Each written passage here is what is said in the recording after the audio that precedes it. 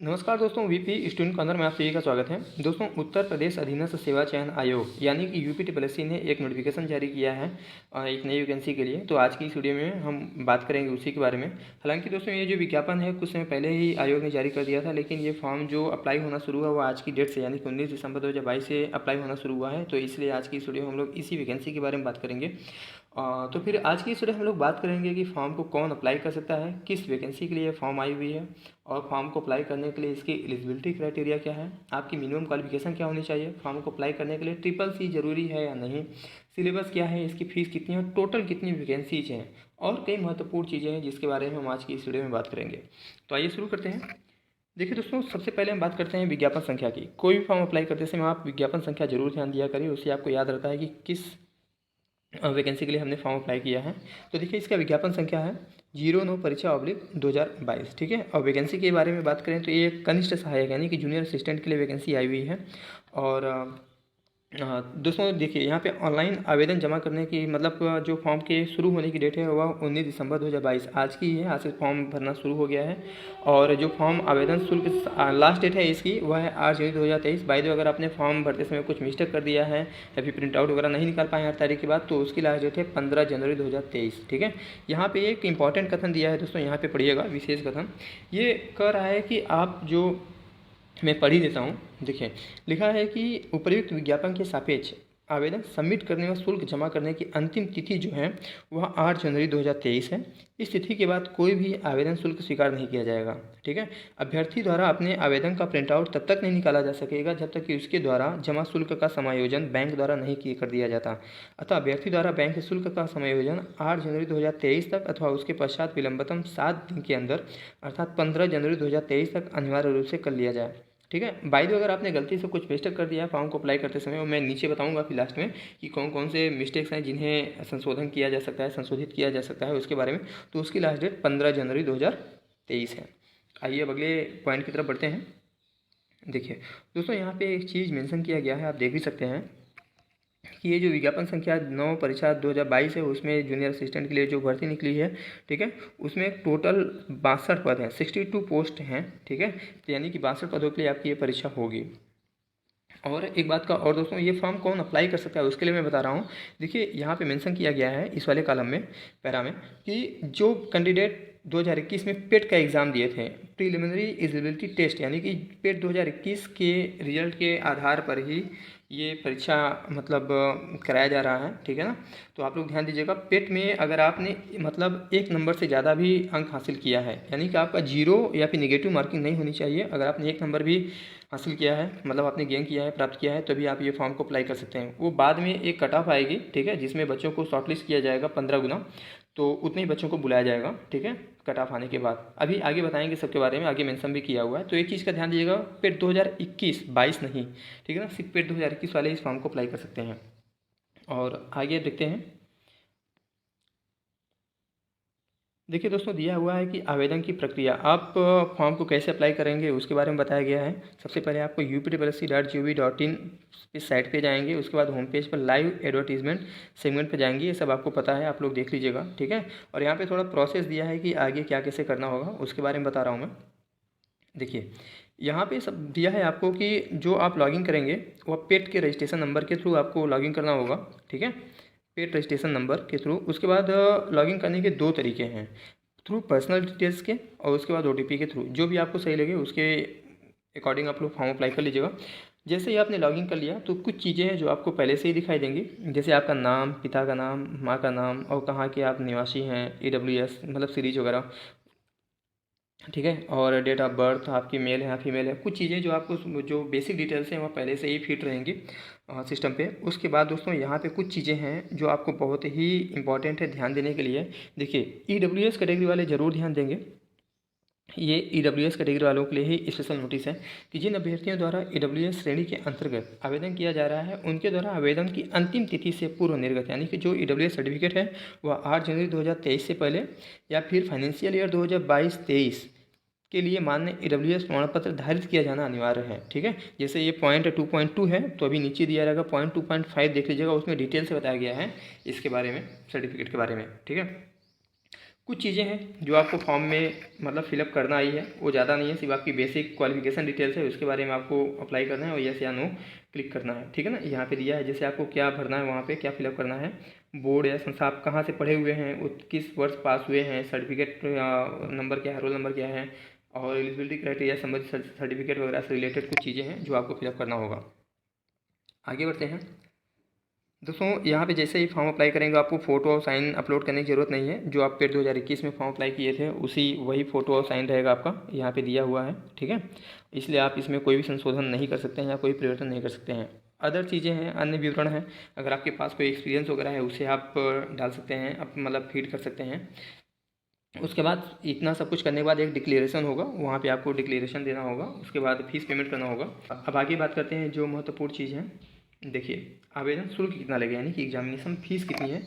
कोई भी कैटेगरी से हो आप, देखिए जैसे कि जनरल में हैं, ओबीसी हैं, एससी हैं, एसटी हैं, या फिर कुछ भी है, सभी लोगों के लिए जो फीस है वो 25 रुपये है, आवेदन प्रक्रिया शुल्क है, ठीक है।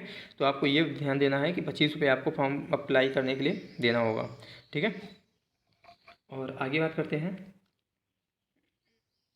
देखिए यहाँ पे एक चीज़ मेंशन किया गया है कि मुख्य परीक्षा हेतु परीक्षा शुल्क का भुगतान, ये ध्यान देने वाली बात है कि मुख्य परीक्षा हेतु परीक्षा शुल्क का भुगतान केवल मुख्य परीक्षा के लिए शॉर्टलिस्ट किए गए अभ्यर्थियों द्वारा ही अलग से किया जाना होगा। यानी कि अभी ये जो फॉर्म अप्लाई आप कर रहे हैं वो आपको शॉर्टलिस्ट मतलब अभी इसमें कट ऑफ आएगी, ठीक है।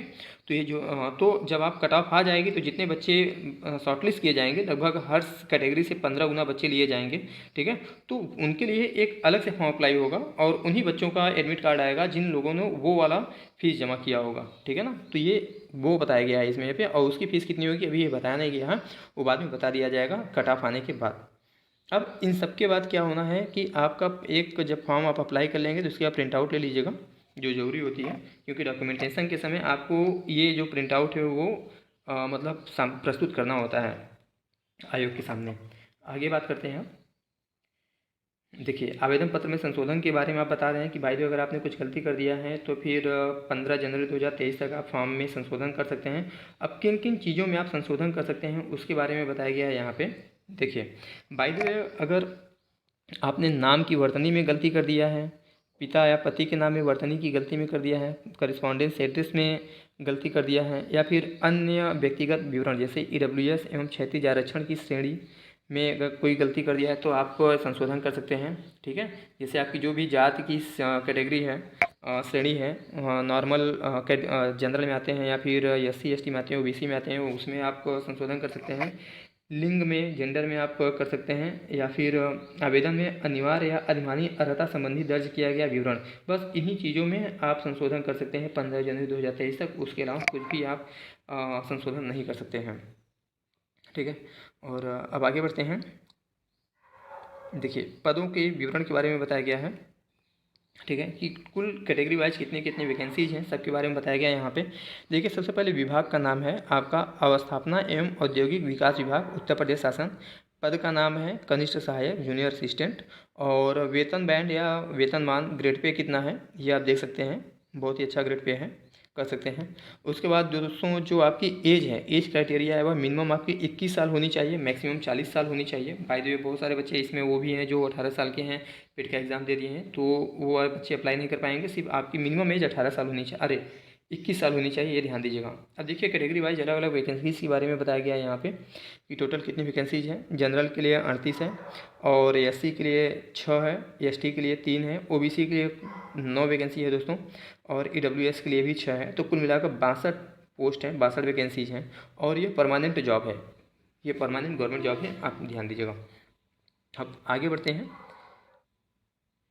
देखिए ये सबसे महत्वपूर्ण चीज़ें हैं कि यहाँ पे क्वालिफिकेशन डिटेल्स के बारे में बताया गया है, क्वालिफिकेशन क्राइटेरिया के बारे में बताया गया है, क्या कि मिनिमम क्वालिफिकेशन एलिजिबिलिटी क्राइटेरिया क्या होनी चाहिए। देखिए सबसे पहला काम आपको 10+2 इंटरमीडिएट के साथ, यहाँ पे देखिएगा इंटरमीडिएट के साथ टंकण में 30 शब्द प्रति मिनट की स्पीड होनी चाहिए। उसके बाद CCC कंप्यूटर का प्रमाण पत्र होना चाहिए। यानी कि 3 चीज़ें हैं यहाँ पे जो आपके लिए जरूरी है। सबसे पहले चीज़ क्या कि आपके पास 10+2 होना चाहिए, इंटरमीडिएट होना चाहिए। उसके बाद आपके पास CCC होना चाहिए, ठीक है, ये देखिए CCC सर्टिफिकेट होना चाहिए। उसके बाद आपके टंकण में, ठीक है, ये टंकण में 30 शब्द प्रति मिनट की टाइपिंग स्पीड होनी चाहिए, हिंदी में। ये तीनों चीज़ें अगर आप हैं तभी फॉर्म अप्लाई कीजिएगा, उसके पहले फॉर्म को अप्लाई मत कीजिएगा, ठीक है ना। बहुत सारे बच्चे ऐसे होते हैं कि जो देखते हैं कि इंटरमीडिएट है और ट्रिपल सी सर्टिफिकेट भी है लेकिन टाइपिंग नहीं है, या बहुत सारे बच्चे इसमें भी परेशान होते हैं कि यार ट्रिपल सी मांगा है या नहीं मांगा है, तो सीधे यहाँ पे दिया है पॉइंट 6 पे, आप लोग ये ध्यान दीजिएगा, ठीक है। अब अधिमानी अर्हता के रूप में अभी मैंने बताया था ऊपर कि दो चीज़ें हैं, इसलिए बहुत ज़्यादा कभी कभी मतलब सिलेक्शन दिला देती है आपको, कभी कभी फेल भी कर सकती है। देखिए अच्छा परफॉर्मेंस के बाद भी, ठीक है ना, तो ये इससे होता है कि आपको रिजर्वेशन भी मिल जाता है अच्छे से। देखिए यहाँ पे दोस्तों दिया है कि राष्ट्रीय कैडेट कोर बी प्रमाण पत्र अगर आपके पास है तो भी आपको कुछ रियायत मिलेगी। अगर आपके पास प्रादेशिक सेना में न्यूनतम 2 वर्ष की अवधि तक सेवा की है, अगर आपने यहाँ पे ये सर्टिफिकेट लगाया है, तभी आपको बहुत ज़्यादा हेल्पफुल होगा, ठीक है ना, सिलेक्शन में।